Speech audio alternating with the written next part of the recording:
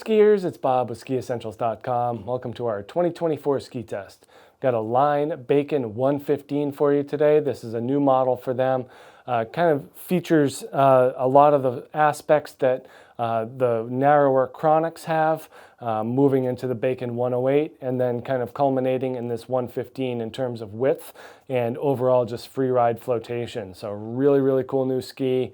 Has a lot of kind of thick and thin properties. We talk about that a lot with the Line skis, and they just do a good job of taking a relatively simple construction and then just altering how the ski is put together in order to create a particular effect.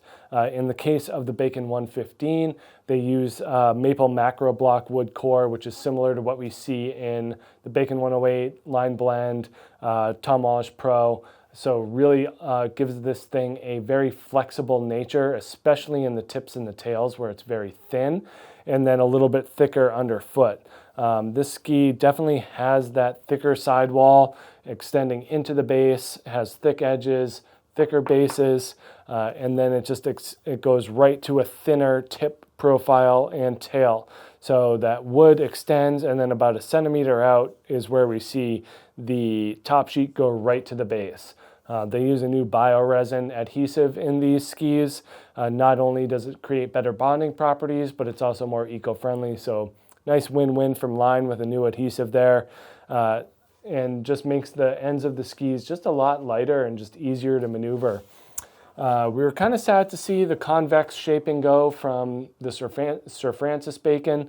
That really just worked well at making the ski feel like it was more drifty and floaty. They've certainly made this ski have a lot of those same properties due to the thinness of the core profile here and just the flexibility of maple as a wood. If you think about like a maple sapling, you can basically tie those things in knots and they're not going to break. So very strong, but not terribly stiff.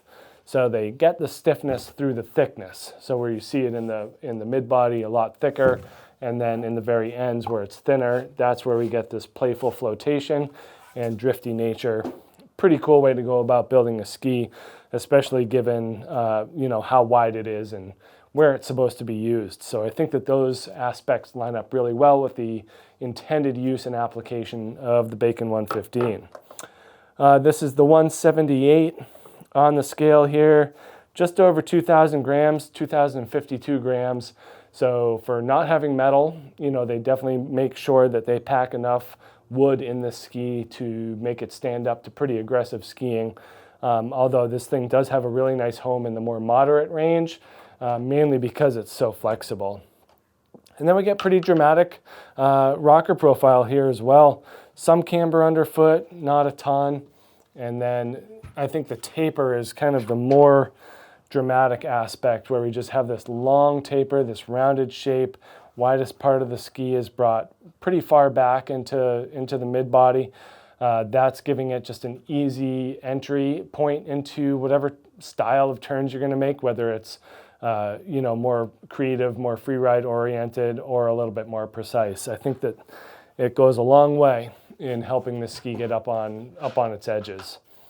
Then nice long rocker in the tail, maybe a little bit sharper back here.